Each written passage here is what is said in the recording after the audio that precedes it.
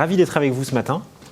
Ravi de parler d'IA et de parler de RH. Évidemment, on est deux sur scène. On va se présenter en quelques mots. Du coup, alors il ne faut pas trop qu'on sorte du champ de la caméra, donc on va être très vigilant. Si jamais je sors ou si jamais Florent sort, n'hésitez pas à nous dire et on fera un petit pas de côté. Bienvenue, bonjour. Donc, je commence par me présenter, Florentin Seux. Je suis un des directeurs du cabinet Greenworking. Je vais présenter Greenworking dans quelques instants, mais je te laisse d'abord te présenter. Bonjour, donc je suis Katia Géraud, donc je suis la fondatrice du cabinet de conseil BHR, donc qui est spécialisé dans l'accompagnement des transformations RH sur deux grands sujets, l'IA pour les RH et l'organisation par les compétences, et on travaille ensemble avec Greenworking sur les sujets d'IA RH. Donc je suis ravie d'être avec vous ce matin. Et ce qu'on propose pour commencer, c'est de vous partager les objectifs de l'intervention. Premier objectif, ça va être de partager une vision commune, mais j'imagine que vous êtes déjà des sachants sur l'IA. On aura l'occasion de replacer un tout petit peu le décor, mais peut-être que pour certains ou certaines d'entre vous, c'est la Xème conférence à laquelle vous assistez avec le MEDEF sur le sujet de l'IA. Et donc on va y aller rapidement sur ce premier objectif, partager une vision commune. Deuxième objectif, d'identifier les opportunités, les risques, notamment pour la fonction RH évidemment. On parlera aussi du rôle des RH dans le déploiement de l'IA.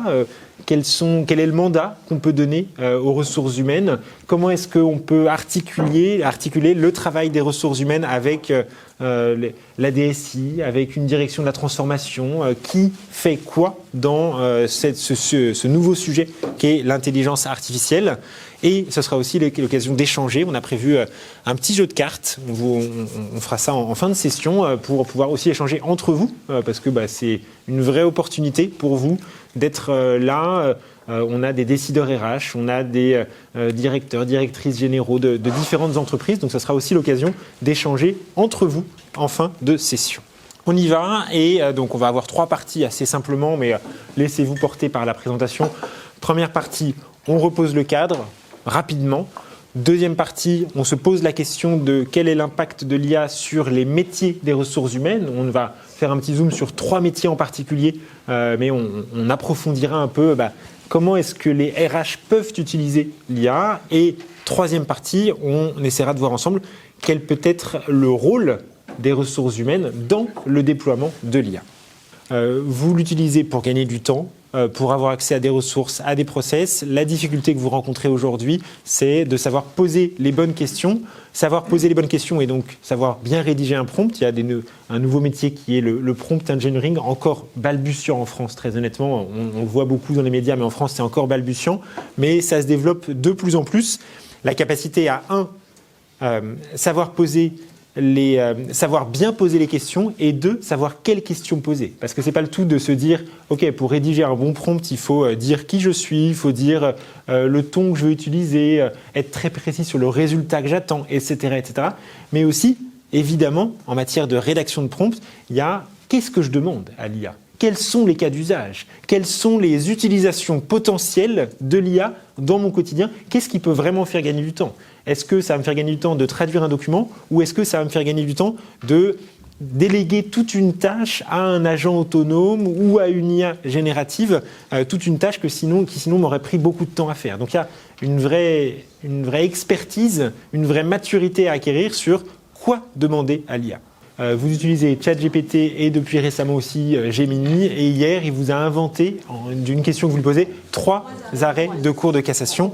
On reviendra sur le terme inventé, ce qui est intéressant. Ouais. Donc effectivement, je reviens sur le terme inventé et on reviendra sur comment marche l'IA, parce que je fais exprès, parce qu'en fait l'IA n'invente pas, il traite de la donnée, il interprète de la donnée sur la base d'un modèle. Donc s'il n'a pas été bien entraîné, effectivement il va trouver plein de données partout, il va faire sa propre analyse je prends cette donnée-là, qui est peut-être fausse d'ailleurs sur le web, il n'a pas pu lui dire qu'elle était juste, et après, avec une autre donnée, il va vous donner un résultat.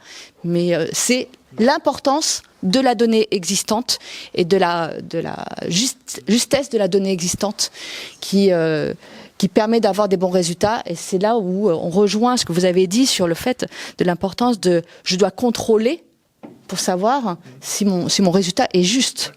Donc, quelles questions je pose et quels sont les garde-fous pour s'assurer que l'IA fonctionne et me donne des bons résultats. Oui, complètement. Et ça pose la question de est-ce que les IA peuvent citer leurs sources pour toutes les réponses qu'elles me donnent? Et bien souvent, quand on posera la question à l'IA, mais je ne retrouve pas cet arrêt dans la Cour de cassation, est-ce que tu l'as inventé? Il sera très honnête et il dira oui. Très souvent, il dira « Ok, je l'ai inventé ».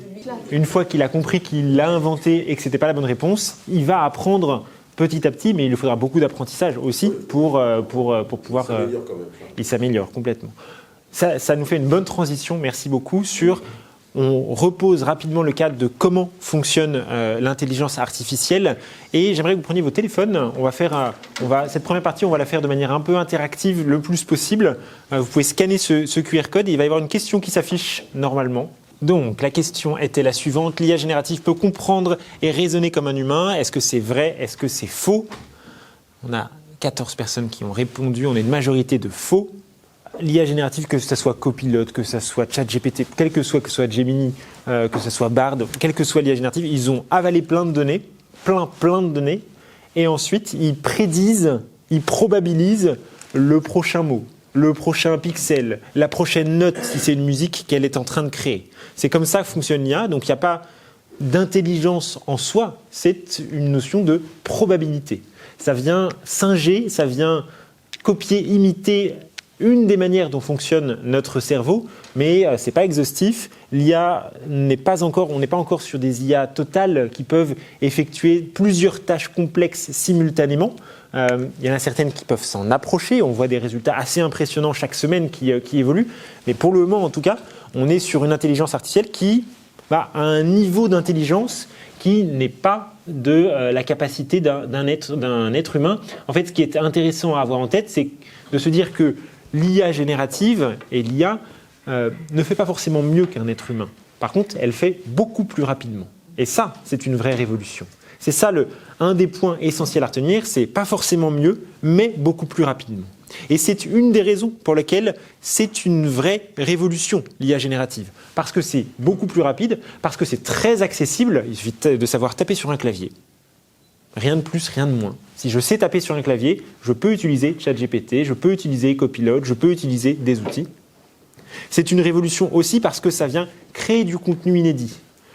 Essayez de poser la question à ChatGPT, invente-moi un nouveau slogan de marque de café. En fait, en un instant, il va scanner les 50 dernières années de slogans de marque de café, il va en créer un nouveau, un qui n'existe pas.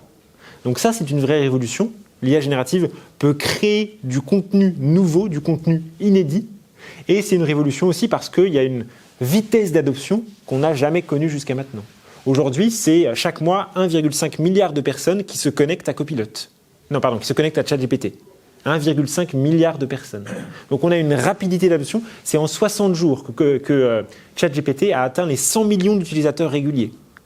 On a une rapidité d'adoption qui est complètement inédite sur cette technologie. En 2 ans, ChatGPT, on se le rappelle, mais c'est fin 2022 que tout d'un coup, ça arrive sur le marché. Tout d'un coup, tout le monde s'excite et les médias s'en saisissent et assez rapidement, les entreprises aussi. On en reparlera un peu évidemment dans notre présentation sur aujourd'hui où est-ce qu'on en est sur l'adoption, sur la maturité de cette technologie-là. Mais c'est une rapidité d'adoption qu'on n'a jamais connue jusqu'à présent. Ce qui fait qu'aujourd'hui, malgré cette rapidité d'adoption, il y a beaucoup de questions qui peuvent se poser et que vous posez sans doute. Il y a des questions autour de, on a essayé d'y répondre là dans ce début, mais de quoi on parle? C'est quoi concrètement? Comment ça marche? Il y a des questions autour de comment est-ce qu'on y va? Moi, j'ai pas mal de dirigeants qui me disent « Mais Florentin, je vois bien que c'est une révolution, mais je ne sais pas comment avancer. Je ne sais pas quelle première brique poser sur ce sujet de l'IA générative. Je ne sais pas par quoi commencer. » Il y a des questions autour de que font les concurrents? Quels sont les cas d'usage? Ok, je vois bien que c'est une révolution, je vois bien que c'est très intéressant, mais c'est quoi en fait? À quoi ça sert? Parce que oui, je peux lui demander de me rédiger un mail, ok. Oui, je peux lui demander de traduire un document, mais ce n'est pas ça la vraie révolution. On y reviendra. Il y a des questions autour de comment est-ce qu'on encadre ces usages. Là aussi, c'est une vraie c'est un vrai point d'attention pour les dirigeants, pour les décideurs, de se dire, en fait, on ne peut pas faire n'importe quoi avec l'IA générative. Il y a plein de questions qui vont se poser d'un point de vue direction d'entreprise, d'un point de vue managérial. Je vous en partage quelques-unes. Je suis manager, j'ai dans mon équipe un collaborateur qui utilise Copilot et un autre collaborateur qui fait le même poste, qui n'utilise pas Copilot.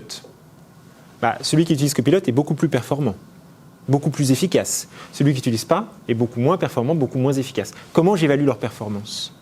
Est-ce que j'évalue le résultat ou est-ce que j'évalue le moyen ? Comment je fais ?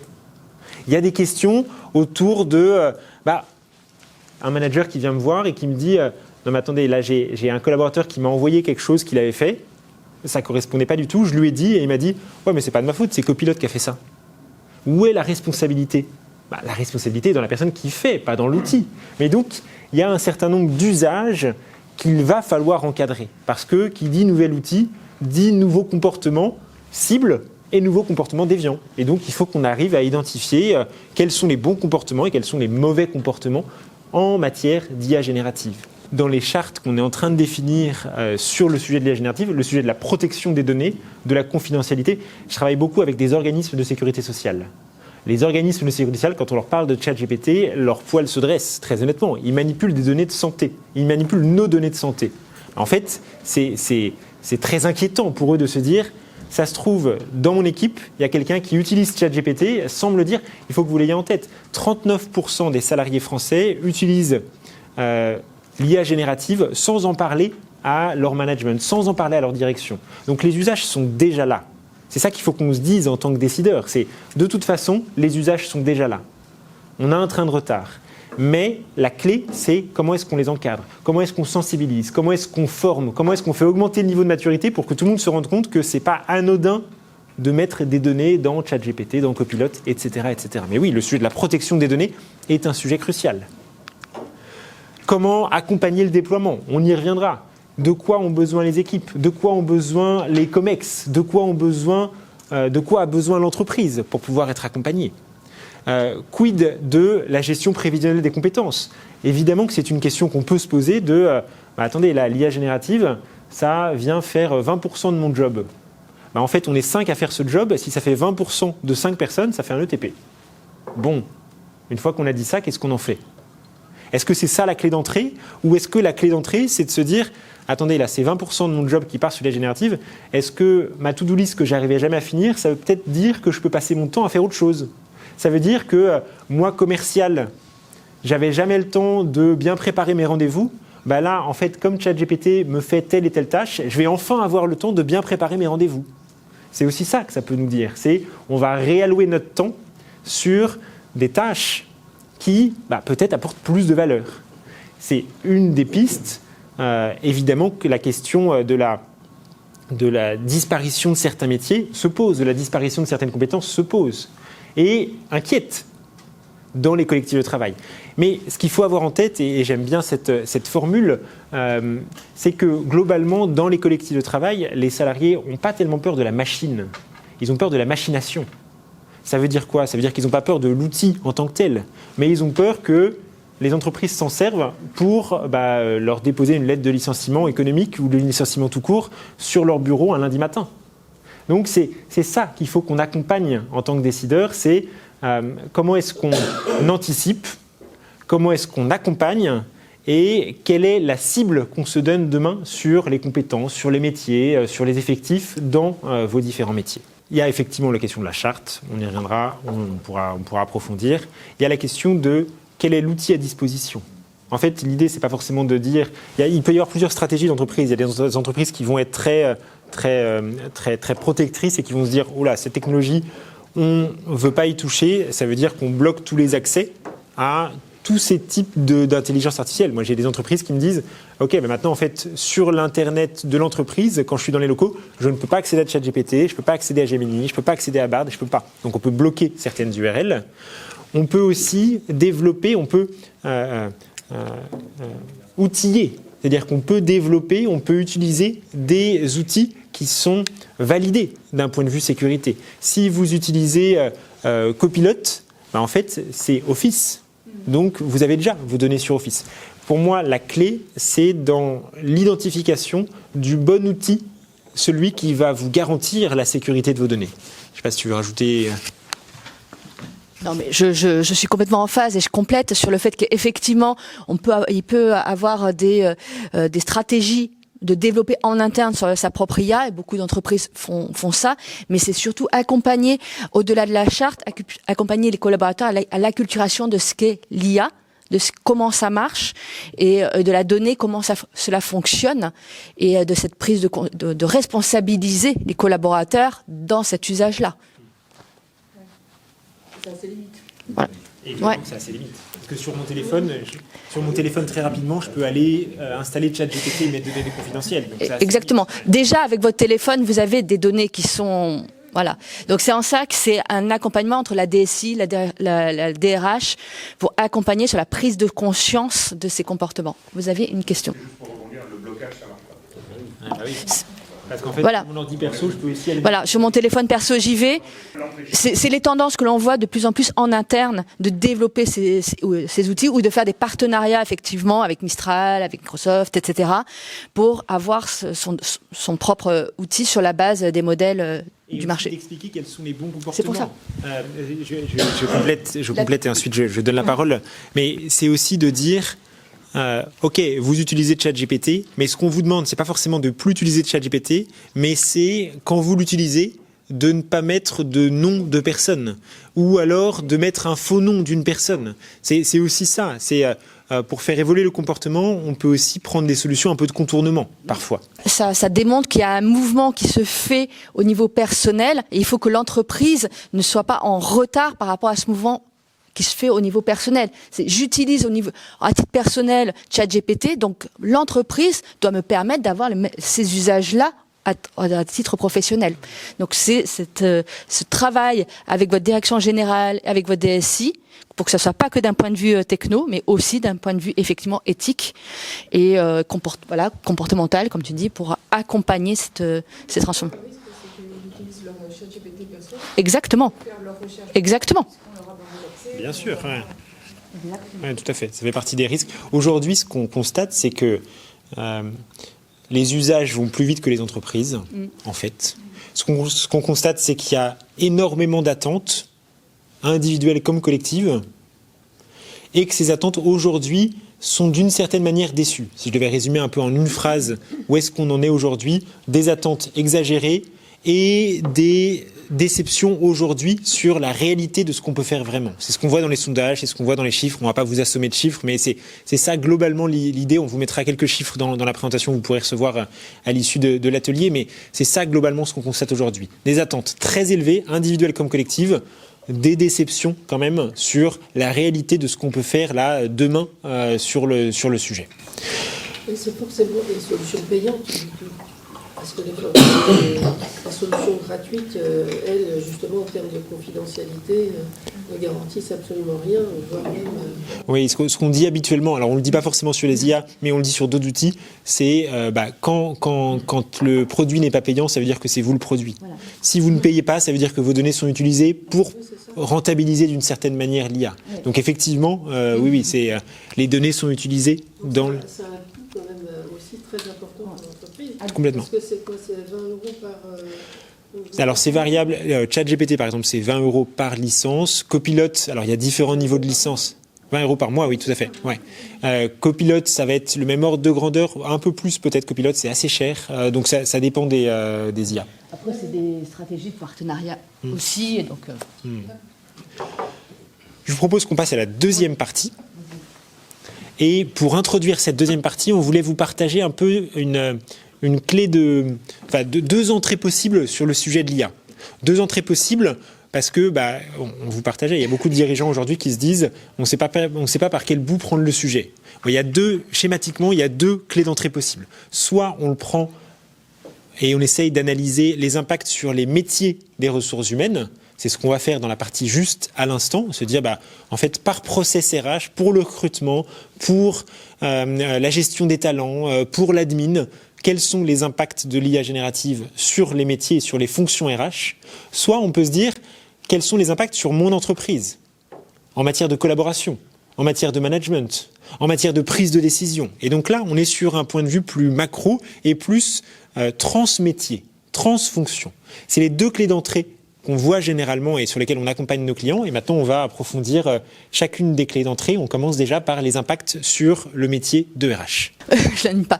Ok, donc juste la petite synthèse par rapport à ce qu'on a vu, les discussions qu'on commence à avoir ensemble. Je répète, est-ce que l'IA, c'est une révolution? En fait, on le sait, ça fait longtemps que ça existe, c'est une révolution par son rythme. Depuis 2 ans, on parle d'IAG et aujourd'hui, on parle même d'agents autonomes. Donc, est-ce que vous savez ce que sont les agents autonomes ou est-ce que vous en avez déjà entendu parler? Donc, la différence entre l'IAG et les agents autonomes, l'IAG que vous utilisez, c'est ChatGPT. Vous lui demandez, vous lui posez une question et il va, par rapport à son modèle, vous donner la réponse, que ce soit du texte, une vidéo, du code. La différence avec l'agent autonome, vous allez lui fixer un objectif. Et lui va aller dans votre ordinateur, chercher dans toutes les applications et sur Internet pour répondre à cet objectif. Voilà. Donc c'est la différence. Donc effectivement, ça peut faire peur. Donc pardon ? Oui, c'est un peu freelance. Mais la technologie aujourd'hui le permet. Donc le sujet, effectivement, c'est d'avoir conscience que par le rythme aujourd'hui des technologies, cela va très vite. Donc le sujet, c'est comment on l'apprivoise. Moi, j'aime bien reprendre. Moi, je suis une fan de Saint-Exupéry.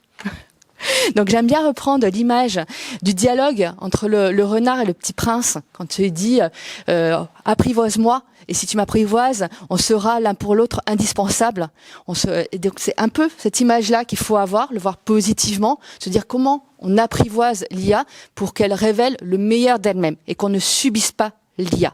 Donc pour cela, ça veut dire qu'il faut avoir conscience de ces avancées, savoir comment cela marche pour pouvoir l'utiliser au mieux. Donc on en a parlé, vous l'avez dit, comment ça marche l'IA. Et je vous ai un peu interrompu en disant, j'ai rebondi sur le terme inventé. Donc ça marche comme une carte du monde. Donc ça veut dire quoi? Ça veut dire que si on veut savoir reconnaître demander quels sont les pays en Europe, il faut que l'information des pays en Europe existe. Donc il y a de la data qui est existante. Il faut que cette data soit juste. Si les noms des pays sont pas bien nommés, il ne saura pas vous dire quels sont les pays en Europe. Il faut que ces modèles de cartes du monde, il les ait vus plusieurs fois pour pouvoir reconnaître que c'est une carte du monde. Il faut qu'il ait vu les noms des données de chacun des pays plusieurs fois pour qu'il sache les reconnaître. Et si vous demandez encore des choses plus complexes, vous dites propose-moi je prends 8 mois de congé sabbatique, je voudrais faire quels sont les meilleurs pays et comment faire pour y aller.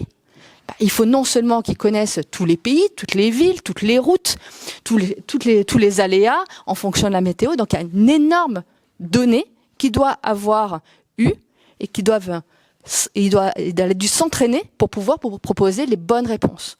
C'est pour ça qu'on dit il n'invente pas, il a besoin de données existantes qui soient justes, qu'il sache les reconnaître et qu'il sache s'entraîner énormément de fois pour pouvoir vous donner les bonnes réponses. D'où le fait effectivement des interrogations que l'on rencontre aujourd'hui quand on discute avec les directions générales sur l'IA interne versus de l'IA externe, parce que de l'IA externe, il y a énormément de données, mais c'est quelle est la qualité de ces données, versus aussi l'IA interne, pour que vous ayez de la performance sur de l'IA, il faut du volume de data. Le sujet de la gouvernance est absolument crucial. Le sujet de qu'est-ce qu'on lui donne à manger est absolument crucial. L'exemple que j'utilise souvent sur la qualité de la donnée, c'est en fait, si vous demandez à une IA qu'est-ce qu'il pense de l'Égypte, si cette IA a mangé, entre guillemets, des éléments sur les pyramides, sur la culture, sur le tourisme, à ce moment-là, il va vous dire, OK, l'Égypte, c'est les pyramides, la culture, le tourisme. Si l'IA a mangé des éléments sur le terrorisme, sur les frères musulmans, sur tout ça, il va vous dire, l'Égypte, c'est les frères musulmans, les terroristes et tout ça. Donc, il y a une importance cruciale de ce que mange l'IA. Et ça interroge évidemment sur le résultat que donne l'IA et sur tous les biais qui peuvent être produits. Si vous demandez à ChatGPT de traduire un document en anglais où il y a marqué le mot nurse, c'est très probable qu'il vous le traduise par infirmière. C'est très probable. C'est pas certain, c'est en train de s'améliorer, mais c'est très probable. Parce que, en fait, dans la majorité des cas, dans les éléments qu'il a pu lire, qu'il a pu manger, le mot nurse est traduit par infirmière. Donc ça fait partie des biais qu'il faut avoir en tête, et d'où l'importance du sujet, de la qualité de la donnée et de quelles données on donne à manger aux intelligences artificielles.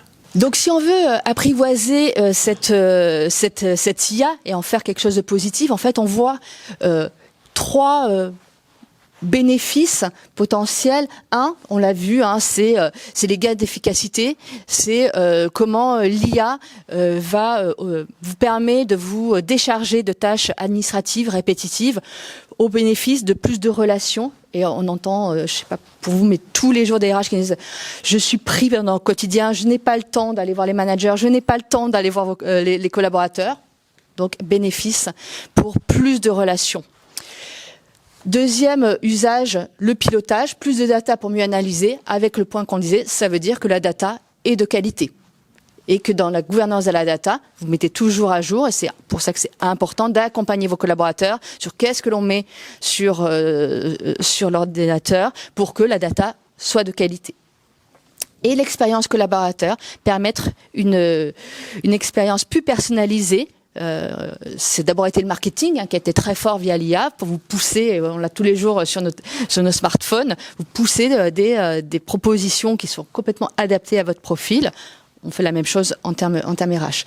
Donc c'est cette grille de lecture qu'il faut avoir pour se dire c'est quoi les usages importants pour où il y aura du bénéfice, qu'est-ce que j'attends de l'IA, et ça va être un peu aussi nos partis pris d'essayer de le voir aussi positivement sans être en mode angéliste. On sait qu'il y a des contrôles à faire, mais c'est une avancée. Donc comment prendre cette IA pour pouvoir l'apprivoiser et que ça devienne notre meilleur ami. Donc, on va explorer en fait donc trois grands process RH: le recrutement, la gestion des talents et la formation. On a pris quelques use cases. Vous devez garder en tête tout ce qu'on s'est dit sur la partie niveau de maturité, etc. On a mis en vert foncé des usages qui sont plus accessibles. Plus accessible, pourquoi ? Au regard du fait que c'est des données qui sont en général de meilleure qualité ou connues dans l'entreprise, ou des modèles qui impliquent des algorithmes plus simples, puisqu'il y a moins de complexité dans l'entraînement, et en vert clair, des usages plus complexes. Donc c'est pas exhaustif, c'est sujet à échange. Je vais tous les mettre, ça sera plus simple. Ok, donc pour le recrutement, c'est un process dont on parle beaucoup. Je ne sais pas si parmi vous, déjà dans le recrutement, l'IA, vous l'utilisez. Ouais. Oui, pour l'analyse des CV, pour définir une offre d'emploi. On peut même aussi la tester, moi je l'ai fait, à travers une offre d'emploi, par rapport à des CV qu'on a préqualifiés. On peut demander à l'IA quel est selon elle les CV qu'elle retiendrait, et puis on peut comparer par rapport à la shortlist qu'on a réalisée soi-même, et voir dans quelle mesure on a la même shortlist in fine par rapport à une offre d'emploi. Ouais. Donc là, il y a des choses intéressantes. Ouais. Donc là, c'est un usage personnel, ou c'est dans l'entreprise, il y a une IA qui... Non, alors c'est parce que je fais du recrutement. D'accord. Donc, du coup, je teste aussi certaines choses avec l'IA par rapport à certains process. C'est que vous donnez vos critères, par exemple, d'analyse, ce que vous cherchez dans un CV, vous mettre sous un format PDF ou même JPEG de CV. Oui. Ouais. D'autres personnes l'utilisent ? Donc aujourd'hui, effectivement, le process recrutement, c'est un des process où il y a le plus d'usage sur l'IA. Plus de process sur l'IA. D'une part, sur la partie, on va dire, un peu administrative, de création ou logistique, on va dire création des offres d'emploi. Donc là, c'est très facile, et ça vous fait un gain de temps, et ça permet de contextualiser aussi en fonction, si vous avez une entreprise mondiale, en fonction des filiales, au-delà de la langue, mais ça permet aussi de rentrer des aspects culturels et d'adapter le langage, la forme de l'offre d'emploi à la culture du pays. Donc ça, c'est assez facile. La partie planification, c'est aussi un gain de temps énorme, de pouvoir envoyer les mails automatiquement, faire les réponses automatiquement, faire des relances, faire des reporting pour voir où est votre suivi, pour pouvoir être plus efficient. Donc c'est un usage qui permet d'être donc plus efficient dans les délais de recrutement et d'optimiser. On considère, je vais mettre à peu près entre 30 et 60% les gains sur les délais de recrutement. Vous parliez du tri de CV aussi, donc on en parle beaucoup positivement en disant des études ont été faites pour montrer que l'IA fait moins de biais par rapport à la diversité que ne fait l'humain. Oui, sur la base de ce qu'on s'est dit. C'est-à-dire qu'il faut que vous ayez un IA qui était entraîné, que vous ayez eu vous-même le recul dans vos pratiques, dans vos CV de tri pour dire on avait des biais et donc vous entraînez la machine pour qu'elle n'ait pas ces biais.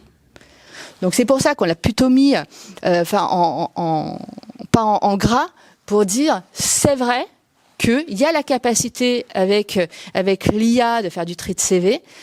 Ça demande du coup d'avoir un volume de CV, de données et d'entraîner votre IA pour arriver à des résultats probants.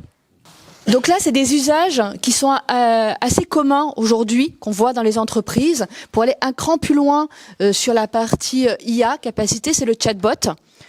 Donc l'agent conversationnel. Donc c'est un niveau de complexité qui est plus élevé, mais qui est possible d'avoir entraîné votre chatbot pour répondre aux questions opérationnelles du candidat. Et en onboarding, pareil, avoir un chatbot qui répond aux questions. Ce que l'IA peut faire et qui est efficace et pas très compliqué, c'est justement pour l'onboarding et le pré-boarding d'aller envoyer des mails de rappel de la date d'arrivée, d'aller préparer toute la partie administrative, tous les dossiers dont on a besoin pour la partie onboarding, de préparer aussi pour le manager, une capacité de faire des synthèses de documents pour l'aider dans son premier mois, tout ce qu'il doit accumuler comme information. L'IA peut aller prendre ces documents-là et faire des synthèses beaucoup plus digestes. Ça, de manière assez facile. Capacité aussi, avec certaines IA, de prendre les documents et de vous le transformer en petits podcasts, en petites vidéos, pour que ce soit encore plus facile d'accès pour l'onboarding. Donc ça, c'est des choses qui sont pas très complexes par rapport au chatbot. Et comme je disais, le tri de CV, le point d'attention, c'est de l'entraînement pour éviter les biais. Et en amont, on peut assez facilement demander des conseils à l'IA sur la stratégie de recrutement. Si vous voulez aller un cran plus loin sur l'utilisation de data par rapport à du prédictif, là, c'est la même chose qu'on disait depuis le début. C'est-à-dire que si vous n'avez pas de la bonne donnée à la base, il ne pourra pas vous faire des analyses pertinentes sur de la prédiction. Donc à aujourd'hui, au regard de la qualité de data des entreprises sur les profils, puisque c'est la data RH en entreprise n'est pas toujours de qualité égale, donc il y a cette limite de l'IA à être en capacité d'appuyer sur la stratégie de l'entreprise. Donc les gains d'efficacité sont beaucoup sur des choses assez opérationnelles, administratives, de toute la gestion des offres, toute la gestion des planifications, bonne partie sur la partie onboarding qui permet d'améliorer l'expérience collaborateur. Sur la partie pilotage, comme on disait, ça permet d'avoir des reportings, de faire de l'analyse. Après, la limite, comme je disais, ça va être sur la stratégie de recrutement pour véritablement faire du prédictif. Et je suis allée dans l'autre sens, pardon. Voilà, donc je parlais du sourcing et le point d'attention, on en a parlé, c'est la protection des données. Là, d'autant plus si vous êtes avec des candidats, des données externes, donc tout ce qui, je ne vais pas vous apprendre RGPD, mais chatbot, tri de CV, etc. Il y a les nécessités d'informer le candidat. De la même manière, hein, si vous voulez avoir des entretiens avec des synthèses automatiques, ça veut dire qu'il faut que vous ayez enregistré les candidats, donc il faut prévenir les candidats de cet usage. On est rapidement sur un exemple d'une entreprise d'assurance qui a investi effectivement dans l'IA. Pourquoi elle a investi à 2 niveaux sur la partie planification, c'est la partie aide auprès des managers sur de l'entraînement d'entretien, parce qu'elles avaient un gros volume de recrutement par an, 6 000 recrutements par an, avec un enjeu d'efficacité, c'est-à-dire par rapport aux managers de raccourcir les délais. Donc c'est pour ça qu'elles ont investi dans l'IA. Donc c'est pour ça que là, on vous montre l'ensemble des cas d'usage, mais comme le disait Florentin au début, c'est le choix. Je vais investir dans l'IA, c'est un coût. Que ce soit parce que vous faites un partenariat avec Copilote, ou parce que vous voulez créer en interne votre IA, ou parce que vous voulez l'utiliser, donc il faut accompagner les collaborateurs, il y a un coût. Donc le ROI, c'est parce qu'on a choisi le cas d'usage qui est le plus pertinent au regard des impacts qui sont sur l'efficacité, qui sont sur l'expérience collaborateur, qui sont sur le pilotage de la data. Donc là, 6 000 recrutements, il y avait un gros enjeu de réduire les délais de recrutement. Donc c'est pour ça qu'il y a eu cet investissement, donc une réduction de délai de 30%. Et derrière, donc l'accompagnement auprès des managers avec ce chatbot qui permet, cette IA qui permet aux managers de mieux s'entraîner en contextualisant les profils. Deuxième processus où l'IA aujourd'hui est assez mature dans les usages, enfin en tout cas on en parle beaucoup, c'est la formation à 2 niveaux. Un, pour apporter une expérience apprenante plus personnalisée, et la deuxième sur la partie gain d'efficacité par rapport à la conception. Donc je vais d'abord parler de cette partie gain d'efficacité, parce que c'est ce qui est le plus facile, le plus tangible à percevoir. Sur la partie ingénierie, de manière très facile, l'IA, ça permet, vous pouvez avoir des modèles de cahiers des charges et donc très facilement vous faire des cahiers des charges. Très facilement, ça vous permet de vous aider à créer des synopsis de formation, des scénarios pédagogiques. Ça peut vous aider à créer de contenus avec des vidéos, avec des formats plus ludiques. Donc il y a un gain d'efficacité sur l'ingénierie pédagogique avérée. Pareil pour la partie administrative, ça permet l'envoi des convocations, ça permet la planification, ça permet d'identifier en fonction de son cursus, de donner une idée de c'est quoi les ressources dont j'ai besoin, le coût que ça donnerait, quelle est la meilleure planification pour optimiser ces sessions, quel serait le bon taux de remplissage, de faire des analyses sur le taux de remplissage pour optimiser vos formations. Donc ça, c'est un gain qui est assez facile, d'analyser vos évaluations de manière plus pertinente si vos formats d'évaluation et votre data est à disposition pour vous améliorer et faire des rex quali et quanti de manière plus performante. C'est un gain que l'on voit aujourd'hui de manière assez tangible sur le sujet.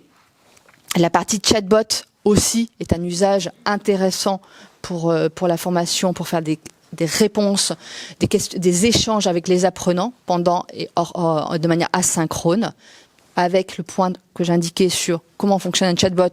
Ça veut dire pour qu'il soit en capacité d'apporter des réponses pertinentes, il faut l'avoir entraîné. Donc c'est un investissement, c'est un coût. Donc ça veut dire qu'on a un choix stratégique d'investir dans la formation. Sinon, ça sera déceptif parce que votre chatbot ne sera pas au niveau de qualité attendu. Et sur la partie amont, dans la définition des besoins, ça peut permettre d'aller capter l'ensemble des données, notamment issues des entretiens, pour faire une analyse plus rapide et plus pertinente des définitions de besoins. Vous parliez de la partie réglementaire. Ça peut aussi identifier quelles sont les évolutions réglementaires et de procédures pour faire le lien avec votre cursus existant pédagogique pour identifier quelles sont les mises à jour à faire. Ensuite, sur la partie déploiement et suivi, le dernier point, pour dire quelles sont les formations à suivre avec des propositions qui sont personnalisées au regard des besoins. C'est là que on est à un niveau de complexité plus élevé. Donc, vous avez beaucoup d'outils, d'éditeurs aujourd'hui sur le marché qui vont vers cette promesse de proposer de l'adaptative learning. Ça implique, pour que cela marche, que les profils de vos collaborateurs, vous ayez la donnée sur les profils des collaborateurs, sur leurs compétences, leurs préférences, voilà, que ça soit à jour et que votre catalogue de formation ait ce point d'entrée compétences. Donc aujourd'hui, on a des retours d'expérience, on a des entreprises qui vont vers de l'adaptative learning et donc la capacité que l'IA propose des formations qui soient au regard du profil. En revanche, voilà, le prérequis, toujours pareil, ça veut dire qu'on a la data sur les collaborateurs, sur ce lien avec les compétences. Donc gain d'efficacité sur l'ingénierie, qui est un usage qui est plutôt cadré, plutôt efficace, qu'on voit dans nos retours d'expérience entre 30 et 70% de gain d'efficacité. Sur l'expérience candidat améliorée, voilà, avec d'abord par rapport à l'ingénierie, où on peut intégrer dans ces formats de formation des formats beaucoup plus ludiques, avec des quiz qui sont faits de manière beaucoup plus simple, des vidéos qui sont faites de manière beaucoup plus simple. Sur la partie personnalisation, comme je disais, oui, mais la condition, c'est d'avoir les données sur les collaborateurs.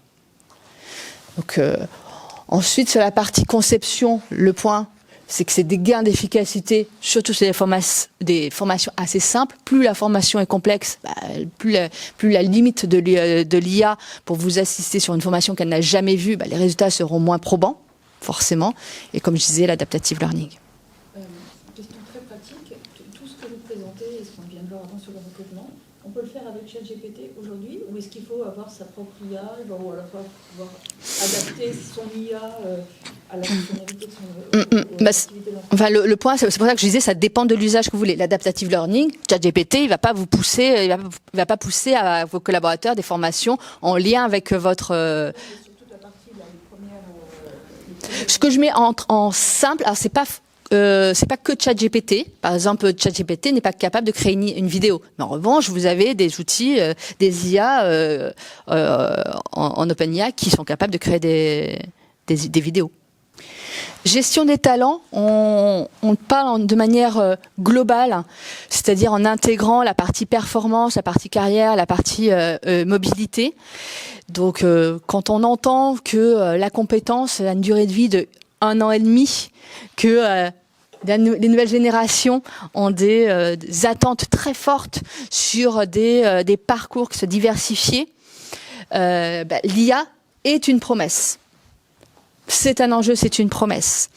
En revanche, et tu le disais tout à l'heure, en introduction, sur la partie attente versus capacité aujourd'hui de l'IA à répondre aux attentes, c'est sur ce processus-là qui a aujourd'hui ce décalage. Je ne sais pas si vous utilisez l'IA, vous avez des questions des collaborateurs ou des managers sur l'usage de l'IA pour apporter des réponses en termes de gestion des talents.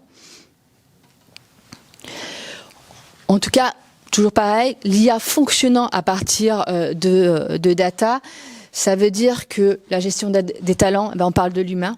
Voilà, on parle des profils des gens. Donc, si on n'a pas à la fois toutes les données dans l'entreprise sur les gens et qu'il n'y a pas eu cet entraînement pour comprendre les subtilités derrière chaque donnée des gens et qu'il n'y a pas aussi le contrôle et j'aime bien employer plutôt apprivoiser que contrôler de l'IA, on aura les limites des capacités de l'IA.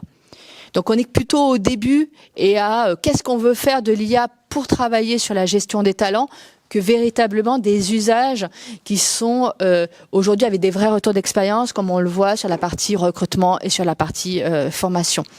Mais ce qu'on peut imaginer demain, c'est on a de manière simple, c'est pour ça que on l'a mis en gras, mais de manière simple, on a récupéré l'IA peut aller récupérer l'ensemble des données qui sont dans tous les entretiens annuels, entretiens de performance, mais aussi des feedbacks, pour en faire une synthèse déjà et faire des analyses et des analyses prédictives. Ça veut dire accompagner les collaborateurs et les managers dans cette culture du je fais un entretien et au-delà de l'oralité, on formalise les résultats de ces entretiens pour qu'on ait cette donnée-là qui soit exploitable à bon escient. Et donc ça peut aider, comme je disais, à comprendre le collaborateur et à faire des analyses prédictives. Sur la mobilité, c'est un peu la même chose que pour l'adaptative learning. C'est-à-dire que il y a beaucoup d'outils, des éditeurs aujourd'hui qui ont cette promesse-là, des outils de talent marketplace qui se basent sur l'IA pour proposer des mobilités qui sont sur la base du profil de collaborateur, de ses appétences. Donc on dépasse le fait que Florentin aujourd'hui est sur cet emploi et donc forcément il a ses compétences et je vais lui proposer l'emploi qui est en lien avec l'aire de mobilité, en lien avec son emploi. Mais c'est bien, Florentin il a plein de compétences en dehors de son emploi. Et je vais lui proposer toutes les postes qui sont possibles au regard de ses expériences et de ses souhaits. Donc ça, aujourd'hui, on a une très grande avancée de la part du marché des éditeurs sur le sujet. Mais ça implique deux choses. Comme toujours pareil, les datas sur les collaborateurs et les règles de gestion métier de la mobilité. Voilà. Est-ce que parce que on a trois compétences communes, ça veut dire que je peux faire cette mobilité? Oui, non. Est-ce que toutes les compétences ont le même poids? Est-ce qu'on met tous les mêmes est-ce que on prend les compétences géographiques? Enfin, il y a beaucoup de règles de gestion qui sont pour vous très intuitives en tant que RH quand vous proposez des mobilités, mais ça veut dire que l'IA, si vous lui donnez pas l'ensemble de ces règles, il peut pas les inventer. Donc ça demande beaucoup d'entraînement. Sur la gestion des compétences et la gestion prévisionnelle, le premier cas d'usage, c'est de la cartographie des compétences. Aujourd'hui, notamment les éditeurs, ils ont accumulé beaucoup de données, donc ils sont en capacité de donner des V0, mais ça ne sera que des V0 parce que pour que ce soit pertinent, la compétence, elle est contextualisée, elle est adaptée à votre entreprise. Donc même la compétence gestion de projet, pour que c'est du sens, ça veut dire quoi dans mes pratiques professionnelles, mes attendus par rapport à mon entreprise. Donc pareil, il y a besoin de cleaner et de nettoyer et de préciser les données de votre entreprise pour qu'elles soient cohérentes, qu'elles soient fiables, pour pouvoir véritablement que l'IA soit un vrai appui, un vrai ami et vous propose le meilleur d'elle-même dans la gestion des compétences. Petit exemple de retour d'expérience d'une entreprise dans le secteur du luxe qui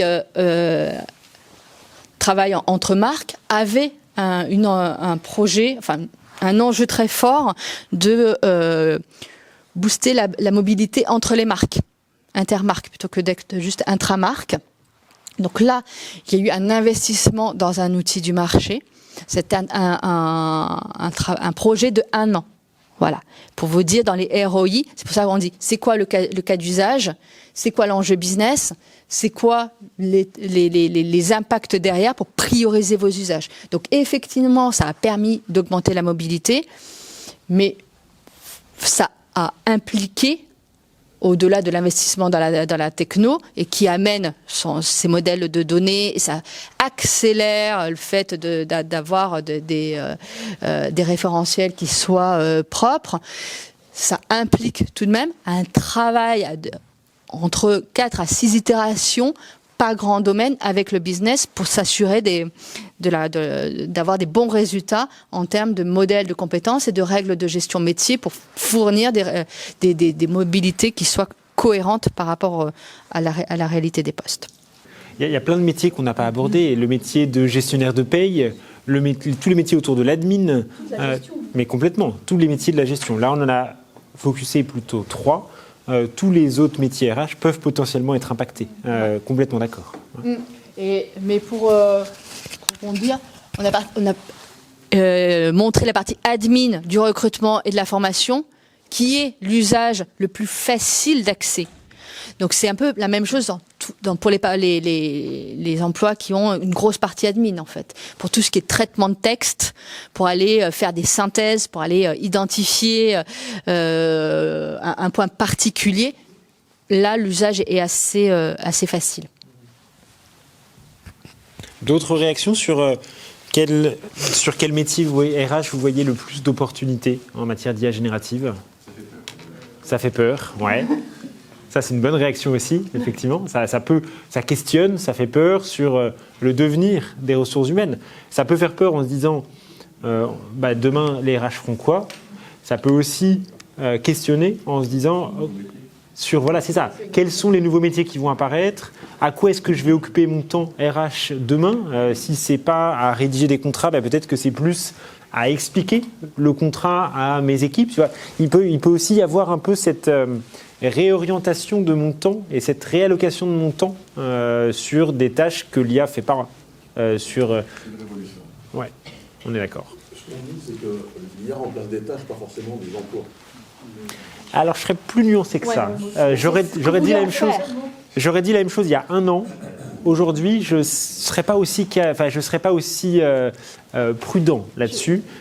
Sur l'IA qui remplace des emplois, en fait, si l'exemple que je vous partageais, si on remplace 20% de 5 personnes, ça fait un ETP. Oui. Donc ça. Ouais. Je vous ai. Attends, c'est ça. Ah pardon, excuse-moi, c'est ça. Il est là. C'est pour ça qu'au départ, je vous ai montré l'évolution en disant on est passé de l'IA à l'IAG aux agents autonomes. Les agents autonomes, voilà, c'est une réalité technologique. Il faut que vous le connaissiez, vous, en tant que RH, pour accompagner les transformations de vos entreprises. Donc, potentiellement, je ne sais pas si vous êtes allé à San Francisco, certains d'entre vous. Est-ce que vous avez pris le taxi ? Les taxis, aujourd'hui, n'ont plus de chauffeurs à San Francisco. Voilà. Ce qu'on dit aussi, c'est que les voitures autonomes, ils respectent le code de la route. Donc, en fait, non, ça lié. C'est plus long que si c'est un vrai taxi. Oui. Donc, du coup, les gens refusent les taxis autonomes. Ah, aujourd'hui, à San Francisco, ça marche très bien. Parce qu'il y a eu... voilà. En tout cas, il y a 2 mois, ça marchait très bien. Peut-être que... mais parce qu'il y a eu suffisamment d'entraînement. Donc après, c'est qu'est-ce qu'on veut faire de l'IA ? Comment on l'accompagne ? Je pense que l'IA a beaucoup d'impact sur la formation, notamment au niveau de l'ingénierie. Vraiment, autant hier on avait besoin il y avait des batteries de concepteurs, là aujourd'hui il faut se passer. C'est pour ça qu'on a dit, c'est entre 40 et 70% effectivement de l'ingénierie pédagogique qui peut être accompagnée par l'IA. Ça veut dire que le rôle de l'ingénieur pédagogique devient plus un chef d'orchestre, un véritable conseiller en amont pour savoir comment on est impactant et conseiller pédagogique. Il y a une évolution effectivement du rôle de... Ça ne veut pas dire qu'il n'y a plus de conception pédagogique faite par l'humain, ça veut dire que ce n'est plus dans de l'activité de production qui peut être à 70% aidée par de l'IA, mais on est sur l'activité de créativité, de relation avec le manager pour savoir quelle est la bonne conception pédagogique au service de l'apprenance. En fait, ce qu'il faut se dire, c'est que l'IA peut nous aider peut-être à accélérer certains process, peut nous aider à personnaliser davantage la formation. On dit l'IA peut faire une partie du job de concepteur pédagogique. Oui, mais ça ne veut pas dire qu'on n'aura pas besoin de concepteur pédagogique, ça veut peut-être dire qu'on va pouvoir personnaliser un peu plus les formations que ce qu'on fait aujourd'hui. Donc il y a aussi des vraies opportunités. Il ne faut pas se dire c'est que crainte et risque. Il y a des vraies opportunités sur l'IA générative. Et avec Laurence, j'espère que vous l'avez compris, on n'est pas angélique ni pessimiste sur l'IA. On essaye d'être ni dogmatique en se disant l'IA c'est magnifique, il faut tous y aller. Non, ce n'est pas ce qu'on dit. Et on n'est pas non plus à se cacher les yeux et à se dire on ne veut pas y aller parce que ça fait trop peur. Il y a une position, et on ne peut pas. On peut pas dire ça. Et on peut pas. Moi, c'est une forme de prise de conscience personnelle aussi dans l'organisation. C'est-à-dire qu'on ne peut pas se dire comme je mange pas de viande ou je prends pas l'avion. Enfin, c'est pas possible. Donc c'est en ça que ça fait un peu peur. Ouais. C'est qu'il y a une urgence de s'en emparer et de l'apprivoiser. Moi, je trouve que c'est cette dimension qui est un peu inquiétante ou anxiogène. Et aussi la culture de l'esprit critique et de la différence d'humanité. On l'a un peu évoqué sur différents sujets. C'est plus ces enjeux-là que je trouve un peu anxiogènes, mais il faut y aller, quoi. Bien sûr. J'utilise souvent une image sur l'IA générative, c'est l'IA, c'est comme une vague. De toute façon, que vous sachiez nager ou pas, elle est là, la vague. Autant apprendre à surfer dessus. Honnêtement, autant apprendre à surfer dessus. Le choix, c'est soit je coule, soit je surnage, soit je surfe. Essayons de surfer. C'est plutôt ça le point. 4 convictions qu'on aimerait vous partager sur ce sujet du rôle des ressources humaines en matière d'accompagnement. 4 convictions, là, et du coup, pour reprendre un peu cette distinction, on a parlé de l'impact de l'IA sur les métiers RH. Maintenant, parlons un peu de l'impact sur l'entreprise, avec une fonction RH qui doit jouer son rôle pleinement dans la gouvernance entre la direction de la transformation, la direction juridique, compliance, qui s'assure de la sécurité de données, la direction informatique, évidemment. Il y a toute une gouvernance à trouver et la RH doit jouer son rôle. Première conviction, c'est la nécessité de voir ce changement comme un changement culturel. La question de l'outil n'est pas le sujet principal. C'est la question de l'accompagnement qui compte. L'IA, c'est un outil. Ce qu'on en fera ensuite, c'est une question culturelle. Ça veut dire quoi ? Ça a quoi comme impact ? Ça a comme impact que trop souvent, en fait, on considère que les RH viennent, une fois que l'outil a été choisi, pour post-rationaliser le choix, pour l'accompagner, pour former une fois que l'outil a été choisi. En fait, c'est dès le tout début que la RH doit être là pour accompagner, sensibiliser, former, cadrer aussi. C'est ça le rôle de la RH. Accompagner, former, sensibiliser, cadrer. Si je devais redonner 4 verbes, ce seraient ces 4-là. Et dès le début, c'est un changement culturel. On a besoin des compétences en ressources humaines dès le début pour accompagner. Première conviction qu'on voulait vous partager. Première conviction et un petit retour d'expérience d'une société d'assurance qui a fait ce choix et nous a sollicité pour les accompagner, pour identifier leur mandat, pour définir leur mandat en tant que DRH. Quel est le mandat de la DRH sur ce sujet de l'IA générative ? Et donc on les a accompagnés sur plusieurs volets. On les a accompagnés à définir les repères en matière d'utilisation de l'IA générative. Donc ça veut dire qu'on a défini avec eux un manifeste, une charte de l'IA générative, quels sont les bons comportements et quels sont les mauvais comportements, qu'est-ce qu'on cherche, qu'est-ce qu'on conseille aux collaborateurs de faire et de ne pas faire, qu'est-ce qu'on leur demande de faire et de ne pas faire. Des points très concrets. Est-ce qu'on peut retranscrire un échange ou pas ? Des points un peu plus macro sur prenez conscience de l'impact environnemental de l'utilisation de l'IA générative. Donc ça, c'est un premier volet de contribuer à l'élaboration des repères comportementaux. Un deuxième volet, c'est de faire évoluer les outils RH pour répondre aux besoins émergents de l'IA. Et donc, c'est ce qu'on vient d'évoquer, de comprendre quel est l'impact de l'IA sur les métiers des ressources humaines, d'une part, et aussi être dans une démarche d'anticipation sur les compétences, sur les effectifs. Cette société d'assurance, elle a un observatoire des métiers. Cet observatoire des métiers, tous les ans, elle fait le tour des différents membres COMEX et elle essaye, l'équipe en question essaye d'analyser dans 3 ans quelle va être l'évolution des différentes familles métiers de l'entreprise. Et bien, cette année, pour la première fois, on a des questions sur l'IA générative. On se pose la question de quel va être l'impact en termes d'effectifs, en termes de compétences, en termes de cas d'usage de l'IA sur les différentes familles métiers. Ça, c'est un deuxième volet. Un troisième volet, c'est d'accompagner évidemment la transformation des pratiques. Je vous ai parlé de formation, je vous ai parlé de sensibilisation, je vous ai parlé de communication aussi. On accompagne aussi cette société sur d'aller former l'ensemble du collectif. Ça peut être par différentes modalités. Ça peut être des ateliers, ça peut être des e-learning, ça marche très bien sur l'IA. Ça peut être des communautés qu'on anime pour partager les bonnes pratiques. Mais il y a un troisième volet qui est sur l'accompagnement. Et un quatrième volet sur, je vous en ai parlé, positionner l'ARH comme partie prenante de la gouvernance autour de l'IA. Partie prenante dès le début, pas une fois que l'outil est choisi, pas une fois que l'outil est déployé. C'est dès le début qu'il faut se dire, les fonctions RH, toutes les fonctions RH, doivent être partie prenante sur ce sujet-là. Première conviction.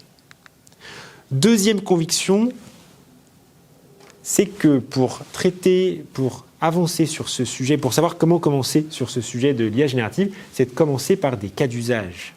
C'est compliqué parce qu'on est sur des outils qui ne sont pas encore matures, on est sur des outils qui sont récents, on n'a pas beaucoup de benchmarks. Honnêtement, ça fait 2 ans que ChatGPT existe. Comment savoir comment l'utiliser ? Ce n'est pas si simple que ça, on le voit dans vos échanges. Il y en a qui l'utilisent comme ça, d'autres, tiens, ils ont essayé autre chose. Tiens, il y a cette fonctionnalité que je n'avais pas encore découverte. Commençons par des cas d'usage, des projets simples, des projets avec un périmètre restreint, pour juste comprendre comment ça fonctionne. Ça, c'est notre deuxième conviction, la nécessité de commencer petit, d'apprendre en marchant d'une certaine manière. Deuxième conviction clé, projeter des usages, des cas pratiques métiers pour avancer sur ce sujet-là. C'est ce qu'on fait notamment auprès d'un organisme de sécurité sociale, où en fait, on a un parcours qui est très très axé sensibilisation. Ça veut dire quoi ? Ça veut dire qu'on a pris leur communauté de managers, ils ont 80 managers, on les a pris et on a fait une conférence sur ce qu'est l'IA générative. Certains étaient très avancés et ça a été de la répétition pour eux, d'autres découvraient complètement ce que c'était, mais on les a accompagnés sur comprendre déjà de quoi il s'agit. Ensuite, on est allé voir les différents managers et on a animé un jeu avec eux, assez ludique, sur identifier les cas d'usage. On leur a dit, tiens, dans votre métier, vous faites telle et telle tâche, à votre avis, qu'est-ce qu'on peut faire sur ChatGPT ? Okay ? Comment est-ce qu'on peut le faire ? C'est quoi les prompts ? C'est quoi les limites ? On est allé et on a animé avec eux ça. Troisième étape de cet accompagnement pour cette société, cet organisme de sécurité sociale, on a rédigé un guide autour de l'IA générative pour leur expliquer comment faire, pour tirer toute la matière qu'on avait eue dans les jeux et pour l'expliquer à l'ensemble du collectif. Et enfin, quatrième étape, on a animé et on anime toujours une communauté. Parce que l'IA générative est un sujet tellement récent qu'il y a plein de choses qu'on ne sait pas encore. Et il faut être humble là-dessus. Les experts autoproclamés sur l'IA générative qui vous disent de A à Z comment ça va se passer, honnêtement, moi je ne sais pas où est-ce qu'ils tirent leur science. On parle de quelque chose qui a 2 ans et qui, toutes les semaines, a des nouveautés. Je pense qu'il faut rester humble sur le sujet et il faut se dire qu'on va continuer à apprendre. Certains sont plus avancés que d'autres, ok, mais on va continuer à apprendre collectivement. Voilà un deuxième exemple qu'on voulait vous partager en matière de mise en place, de déploiement de l'IA générative. Troisième conviction, de croiser les grilles de lecture. On vous a parlé du fait que c'est intéressant d'analyser l'impact de l'IA générative par famille métier, de se dire, tiens, là j'ai une société, je ne sais pas, on reprend l'exemple de notre société d'assurance, ok, j'ai des métiers qui sont plutôt autour des actions commerciales, ok, j'ai des métiers qui sont plutôt dans la relation avec les partenaires, j'ai des métiers qui sont plutôt internes, externes, ok, je vais essayer d'aller voir par famille de métiers quels sont les impacts. Première grille de lecture. Deuxième grille de lecture, je vais aussi me dire, en fait, l'IA générative, ça peut aussi changer ma manière de travailler au quotidien, quel que soit mon métier, dans les pratiques de collaboration, dans les pratiques de management, dans le partage d'informations, dans la manière dont j'anime mes réunions, etc., etc.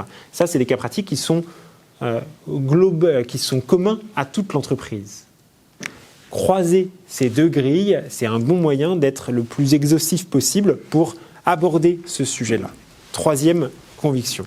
Quatrième conviction, la nécessité d'équiper les équipes, de leur expliquer ce que votre vision de l'IA. On accompagne de plus en plus d'organisations sur définir leur vision de l'IA générative. Ça veut dire quoi, définir la vision ? Ça veut dire identifier les bons comportements et les mauvais, on en a parlé. Ça veut dire identifier les outils qu'on va utiliser. Et ça veut dire partager les cas d'usage les plus communs dans l'entreprise. De cadrer très précisément votre vision de l'IA générative, de la communiquer, de la rappeler et de la faire vivre. Elle n'est pas statique. Dans 1 an, soyez certains que beaucoup de choses qu'on aura dit là aujourd'hui seront plus forcément d'actualité. Et c'est OK. Mais il faut en avoir conscience pour se dire que c'est un sujet qu'il va falloir investiguer pendant encore un petit bout de temps, le temps que la maturité monte. Voilà 4 convictions sur lesquelles on voulait insister en matière d'IA générative. Est-ce que pour moi, le RH ne doit pas être seul, déjà. Il ne doit pas être seul sur ce sujet-là. Ce n'est pas que sa responsabilité. En fait, ça doit être, comme on parlait de gouvernance, ça doit être un échange entre l'informatique, le RH, le juridique, à minima ces 3 métiers-là, mais à grand minima. Je pense que c'est nécessaire d'avoir ces 3 métiers-là. Comment est-ce qu'on est sûr que le RH va être en capacité de ? Il faut le former, le RH à l'IA. Il faut l'accompagner. Il faut lui donner les outils pour. Il faut lui donner le mandat, c'est le point, je ne sais plus lequel, mais il faut lui donner le mandat, mais il faut l'accompagner, le former pour. Ça, c'est un deuxième élément de réponse. Sur le côté, quelle est la position de la France ? On vient de finir le sommet de l'IA en France, c'était en début de semaine. Donc plein de choses ont été dites. Je vous invite à aller voir un peu les résultats, mais au niveau européen, pour le moment, la réglementation, c'est l'IA Act. C'est ça, et il faut voir que c'est une réglementation qui est uniquement réglementaire, qui n'est pas sur les comportements en tant que tels, mais qui est sur l'encadrement du côté sécurité des données, du côté juridique de l'IA. Donc on est sur quelque chose de très froid et qui ne va pas aider vos équipes à savoir utiliser l'IA générative, ça c'est certain. Ça va aider plutôt à être sûr que les données ne partent pas n'importe où. Aujourd'hui, au niveau de la réglementation européenne, c'est le principal outil qui est mis en place. Je ne sais pas si tu veux compléter. Ouais. Je veux bien compléter par rapport au premier point sur la partie le rôle du RH et l'impact de l'IA et comment on fait monter en compétences. Faut pas oublier, c'est notre conviction, c'est que l'IA, il y a les 2 pendants. Il y a effectivement qu'est-ce que ça permet d'automatiser, mais qu'est-ce que ça permet de gagner comme temps. C'est pourquoi faire. Donc du temps sur de la relation, du temps sur la créativité, du temps sur de l'analyse. Donc des soft skills aussi que les RH peuvent accompagner et renforcer. Donc là, il y a aussi la légitimité du binôme entre le RH et le SI. Le SI va vous donner une vision plus technicienne, de dire voilà, l'IA c'est telle compétence pour tel métier, il faut savoir prompter, pour tel autre métier, il faut plutôt savoir faire ça. Mais vous allez apporter l'autre pendant le plus important, parce que la partie technicienne, on va dire, c'est le haut de l'iceberg, et les spécialistes en IA, c'est certaines compétences techniques, mais tout le reste, c'est au service du renforcement de compétences soft skills. Et là, pour donner un exemple concret d'une entreprise qu'on accompagne, ils ont mis en dans le secteur bancaire, qui est, on le sait, depuis plusieurs années touché par la digitalisation, l'automatisation et notamment par le back office, mais aussi par le front office avec se pose la question de demain, est-ce qu'une agence elle est toujours en physique? Donc il y a tout un programme qui est fait de training avec des coachs pour renforcer cette partie relation client, la partie empathie, la partie comment on interagit, on a de l'impact et on crée une relation. Voilà. Et je rajouterai un petit point pour compléter votre question aussi. Comment est-ce qu'on est sûr que le RH va savoir faire ? Le RH ne saura pas identifier les cas d'usage. Le RH ne va pas expliquer au commercial comment utiliser ChatGPT. Je ne pense pas. Le RH va être en capacité d'expliquer, de former peut-être à l'utilisation, mais pas forcément à l'identification de pourquoi l'utiliser. Ça doit être un échange entre le RH et le commercial. Ma conviction, c'est que un RH va pas apprendre à un commercial comment faire son métier avec l'IA générative. Le RH, son rôle, ça va plutôt être de faire émerger l'utilisation de l'IA générative pour le commercial. Donc c'est une posture non pas de sachant vis-à-vis du commercial, mais de facilitateur de l'IA générative pour le commercial. Les illustrations, on les a plutôt mis avec des grosses entreprises. Après, quand on a montré un peu les grands cas d'usage, on a essayé de les mettre de manière assez générique. Et ceux qui sont accessibles, comme on disait, tout ce qui est autour des offres d'emploi, autour de l'ingénierie pédagogique, ça, vous pouvez l'utiliser vous-même. Après, ce qui est plus complexe, ça va être par exemple sur de la mobilité, parce que là, ça demande des cas d'usage beaucoup complexes. Mais tout ce qui est des tâches assez administratives, là, vous pouvez l'utiliser vous-même. Oui, toutes les tâches transverses aussi. En fait, c'est, à mon avis, le point pour vous, ce serait de commencer à identifier les tâches un peu transverses, pas uniquement RH, mais les tâches transverses qui peuvent être automatisées. Je ne sais pas si vous avez l'habitude d'avoir votre codir qui se réunit et qu'il y ait une personne qui prenne 2 heures pour écrire le compte-rendu. En fait, là, l'IA peut apporter quelque chose. Donc c'est je pense, dans un premier temps, peut-être sur les tâches transverses où ça peut être intéressant de réfléchir. Petite conclusion en 1 minute, parce que il est 30, un peu plus. Donc on conclut très rapidement. Déjà pour vous remercier pour votre écoute. On a vu plein de discussions très intéressantes et je pense que c'était riche pour vous d'échanger avec les cartes ou sans les cartes. Certains s'en sont complètement éloignés et c'était l'objectif, donc tout va bien. Un petit point très logistique, on vous invite à ne pas oublier de signer la feuille d'émargement avant de sortir. Ce sera le moyen pour vous de recevoir le support aussi. Pas de support sans signature, s'il faut parler très concrètement. Donc n'oubliez pas de signer la feuille d'émargement. On reste évidemment à votre disposition avec Florence pour discuter, pour échanger et pour peut-être échanger même au-delà de cet événement. Vous le voyez affiché à l'écran un peu les différents sujets sur lesquels on intervient. Le sujet de l'IA en est un. Mais plus globalement, le sujet de transformation culturelle, transformation organisationnelle des entreprises, donc sur lesquelles on serait ravis d'échanger avec vous. Merci beaucoup à toutes et à tous pour votre temps ce matin. Et très bonne journée, très bonne fin de semaine. Merci beaucoup. Merci à vous.